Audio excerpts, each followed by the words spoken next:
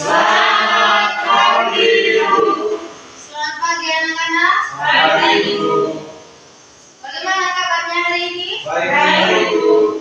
Sudah sarapan tadi? Sudah, Ibu. Sebelum kita memulai kegiatan pembelajaran, saya minta kita beri kita dalam doa.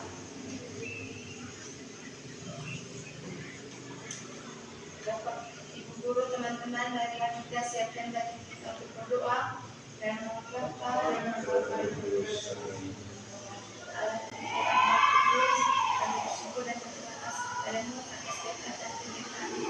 sehingga kami semua dapat berkumpul di bawah guna melaksanakan kegiatan kami sebagai pelajar dan mengajar. Sekiranya Engkau tetap menjaga dan menyertai kami agar kegiatan kami berjalan dengan lancar. Engkau baik puji hari ini, esok dan sepanjang segala masa. Amin. Silakan duduk. Terima kasih, Ibu. Sebelum itu, Ibu, sebelum memulai pembelajaran, kita presensi dulu ya. Iya, Ibu. Eca, hadir Ibu. Komti, Hadir, Ibu. Risto, Hadir, Ibu. Sari, Hadir, Ibu. Api, Hadir, Ibu. Yani, hadir Ibu. Jamin, Hadir.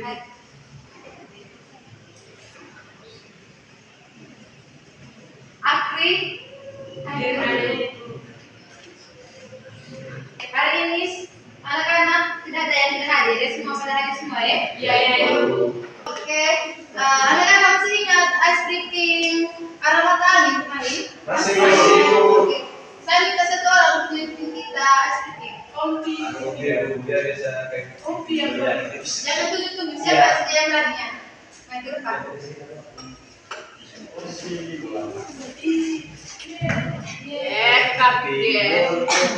Oke, teman-teman. Yang pertama kita mulai menghadap ke timur ya.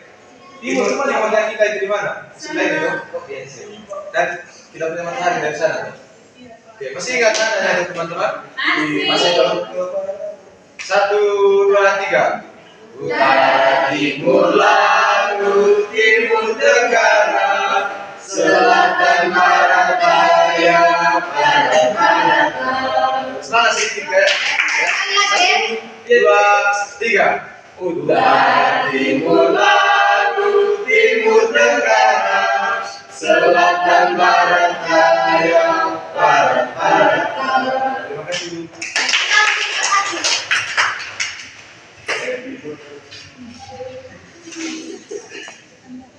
Anak-anak, coba perhatikan peta di depan. Apakah yang kalian lihat tentang wilayah Indonesia? Ya, Eca. Yang pertama itu wilayah Indonesia itu terdiri dari banyak pulau. Banyak pulau. Apa lagi yang kalian lihat di peta ini depan? Ada 5 pulau besar, Ibu. Ada 5 pulau besar. Apa lagi? Ada gunung. Ada gunung. Apa lagi? Terus ada lihat pipi, ada Ibu. Ya, ada laut. Ada laut. Ada apa lagi? Ya. Ada mata angin. Apa lagi? Berdekatan dengan negara tetangga, Ibu. Berdekatan dengan negara tetangga. Ya. Menurut kalian, apakah letak dan kondisi geografis Indonesia mempengaruhi pekerjaan dan cara hidup masyarakat di Indonesia? Iya. Karena letak dan kondisi geografis Indonesia mempengaruhi kondisi ekonomi masyarakat Indonesia. Jadi hari ini kita akan belajar bagaimana letak dan kondisi geografis Indonesia mempengaruhi kondisi ekonomi masyarakat Indonesia. Dengan tujuan peserta didik mampu menganalisis letak dan kondisi geografis Indonesia terhadap kondisi ekonomi masyarakat Indonesia. Sebelum itu, Ibu mau menjelaskan letak geografis Indonesia. Secara letak geografis Indonesia memiliki pengaruh signifikan terhadap kondisi ekonomi, terutama karena Indonesia merupakan negara maritim dengan jalur perdagangan internasional yang strategis, serta memiliki kekayaan sumber daya alam yang melimpah. Hal ini berdampak pada berbagai aspek ekonomi seperti perdagangan, pariwisata, dan penyerapan tenaga kerja.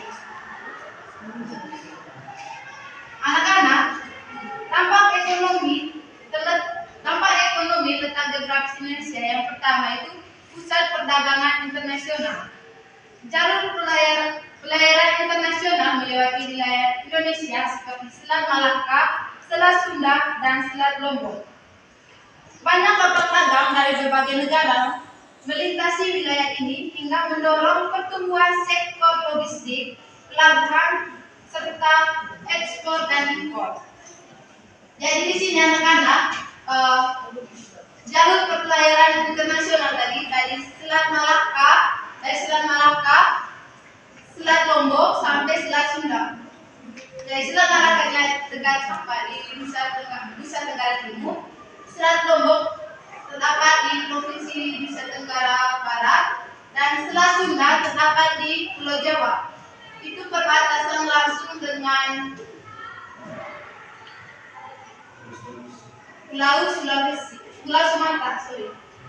Sumatera.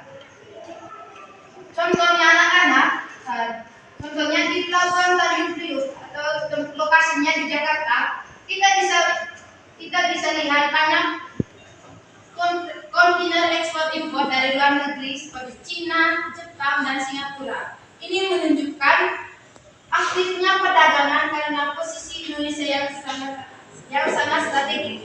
Bisa juga kita lihat di Labuan Bajo, Borong, terus di Aimere, itu terdapat juga sistem perdagangan di situ.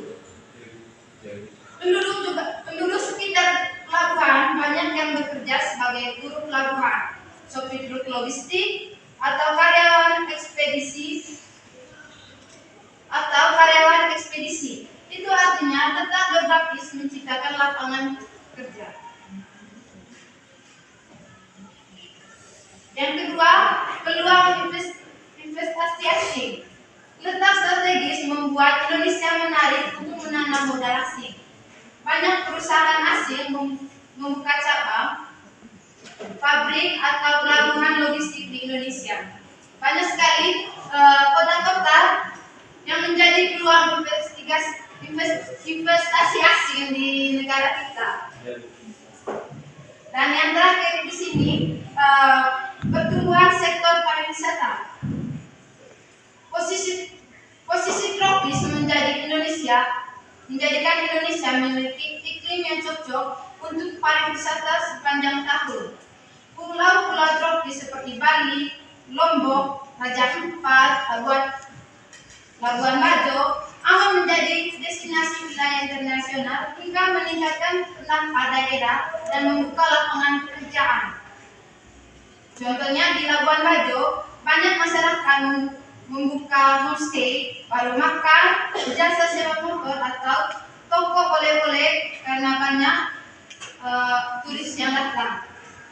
Serta anak-anak muda banyak bekerja sebagai guide, fotografer wisata atau bikin konten travel di media sosial.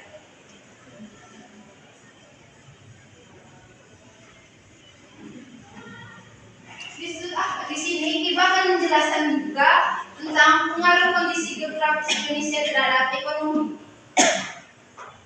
Yang pertama, di kondisi kepulauan. Indonesia memiliki lebih dari 17 juta pulau, terbentang dari Sabang hingga Merauke. Dampaknya, yang pertama, transportasi dan konektivitas. Di sini, distribusi barang dan jasa antara pulau membutuhkan biaya tinggi karena keterbatasan infrastruktur. Wilayah yang terpencil seperti Papua, Maluku itu mengalami kesenjangan ekonomi karena akses yang terbatas hingga harga barang lebih mahal. Aktivitas ekonomi itu menjadi lambat. Contohnya di Papua atau di Nusa Tenggara Timur yang kita tinggal di saat ini, itu harga bensin atau barang kebutuhan pokok bisa 3-4 kali lebih mahal dibandingkan di Jawa karena biaya distribusi mahal.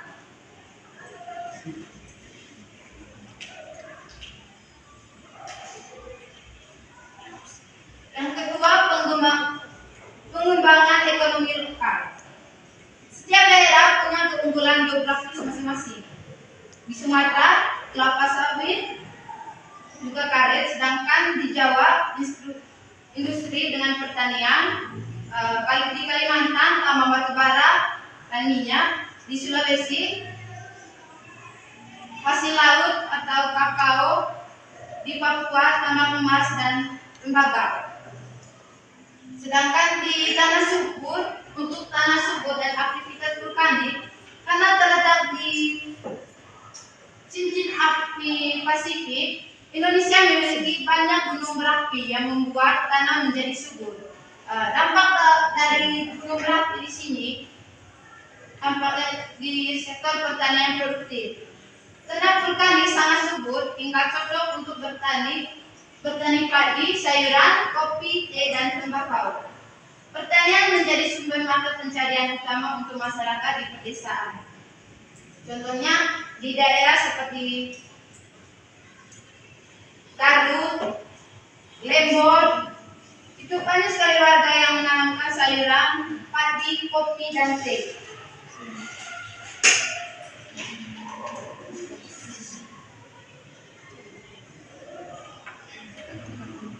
Untuk lautan luas dan sumber daya kelautan, sekitar 70% wilayah Indonesia adalah laut hingga kekayaan laut yang sangat besar. Dampak dari kita punya negara karena kekayaan laut yaitu di sektor perikanan. Indonesia di sini menjadi salah satu penghasil ikan terbesar di dunia. Juga banyak masyarakat di pesisir menggantungkan hidup dari nelayan, membudidaya ikan, industri pengelolaan hasil laut. Sedangkan di sektor ekonomi, untuk ekonomi maritim, pemerintah mulai fokus membangun Indonesia sebagai proses maritim dunia yang mendorong pembangunan pelabuhan, tol laut, dan industri kelautan. Contohnya di Labuan Bajo, Borong, dan Riau. Banyak sekali keluarga yang hidup sebagai nelayan. Juga anak muda bisa kerja di industri pengelelang ikan dan eksploitasi laut. Oke, di sini Ibu mau tanya, dari materi yang Ibu jelaskan, mungkin dari anak-anak ada yang ingin mau bertanya? Tadi sudah jelas ada begitu banyak gunung berapi yang terdapat di wilayah Indonesia. Sekarang sama tanya Ibu, di daerah mana saja yang terdapat gunung berapi tersebut? Oke, Eza, untuk gunung berapi itu sangat banyak disebar ke semua pulau. Contohnya di Pulau Nusa Tenggara Timur, itu kemarin kan ada arus terjadi letusan gunung berapi yang di Lewolotobi, tempatnya di Flores Timur. Jadi itu akan mengakibatkan ekonomi masyarakat setempat. Terjadinya banyak sekali masyarakat yang tidak bisa bekerja karena terjadinya letusan gunung berapi tersebut.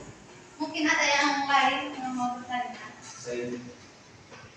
Ibu, dari banyaknya pulau yang ada di Indonesia ini, apakah penghasilannya itu hanya dari pertanian saja atau ada yang lain?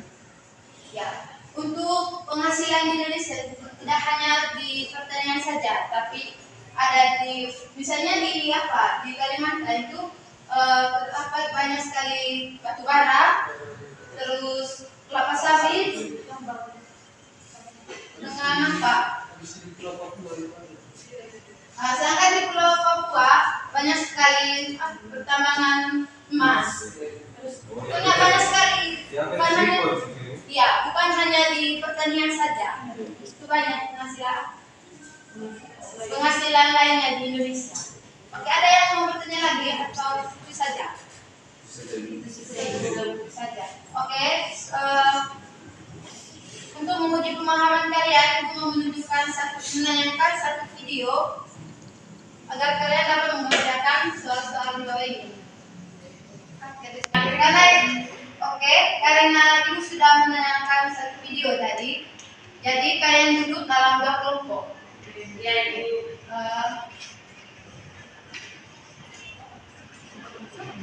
Setelah itu, kalian harus kerja.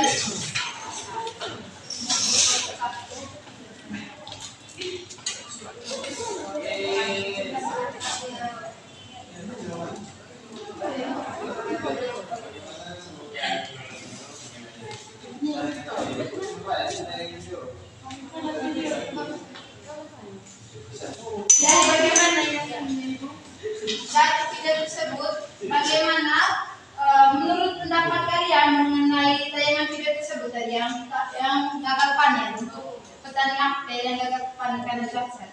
Terus yang nomor 2-nya bagaimana cara mengatasi musim yang ada di daerah kalian. Terus yang ketiga, menurut pendapat kelompok kalian bagaimana cara yang dapat kalian timbul, bagaimana cara mengatasi dampak yang ditimbulkan oleh perubahan cuaca.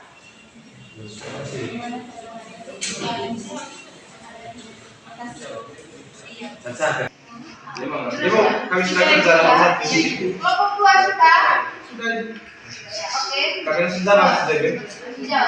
Yang nomor 1 tadi mengenai pertanyaannya, bagaimana menurut pendapatmu mengenai tayangan video tersebut?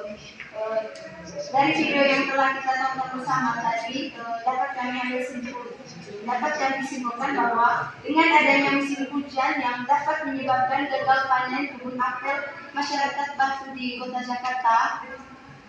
Namun hal ini mengakibatkan rendahnya pendapatan masyarakat Jakarta pada musim hujan tersebut. Tepuk tangan dulu untuk kelompok 1. Kelompok 2.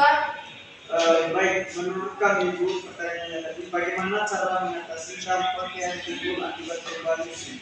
Nah, terkait video yang kami sudah nonton tadi Bu, di mana petani itu mengalami gagal panen, petani apel. Nah, kalau menurut kami untuk mengatasi hal tersebut akibat perubahan musim Ibu, semestinya kita sebagai petani harus bisa memprediksi cuaca yang saat mana kita musim yang tepat untuk menanam apel tersebut untuk menghindari jangkauan cuaca yang di luar kendali kita supaya tidak mengalami gagal panen. Tepuk tangan dulu untuk kelompok 2. Oke, jawaban dari masing-masing kelompok tadi sudah benar sekali. Jadi untuk materi hari ini cukup sampai di sini. Pertama kita simpulkan dulu materi kita hari ini. Jadi materi kita hari ini tentang letak dan kondisi geografis Indonesia secara langsung menentukan potensi ekonomi suatu wilayah dan jenis mata pencarian masyarakat. Namun kondisi ini juga menghadirkan tantangan besar seperti ketimpangan pembangunan antar wilayah, biaya logistik tinggi, ketentraman terhadap bencana. Oleh karena itu penting bagi pemerintah dan masyarakat untuk mengembangkan infrastruktur yang merata, memanfaatkan potensi lokasi dan berkelanjutan, meningkatkan ketahanan terhadap bencana, serta letak dan kondisi geografis ini anak-anak benar-benar mempengaruhi langsung kegiatan ekonomi masyarakat, bukan cuma soal angka-angka, tapi benar-benar terasa dalam di jenis pekerjaan, harga barang, serta sumber penghasilan itu menjadi resiko kehilangan ekonomi karena terjadinya pengaruh letak dan kondisi geografis yang ada di Indonesia. Sebelum itu Ibu tanya dulu, bagaimana pembelajaran kita hari ini?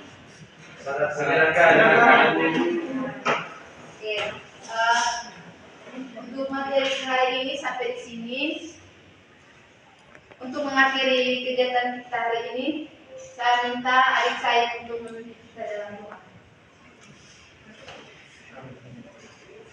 Teman-teman ibu guru, marilah kita siapkan hati untuk berdoa dalam nama Bapa,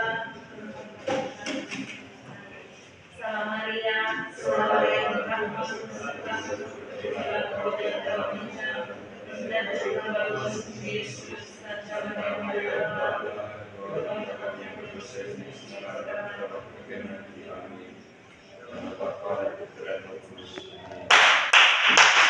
Terima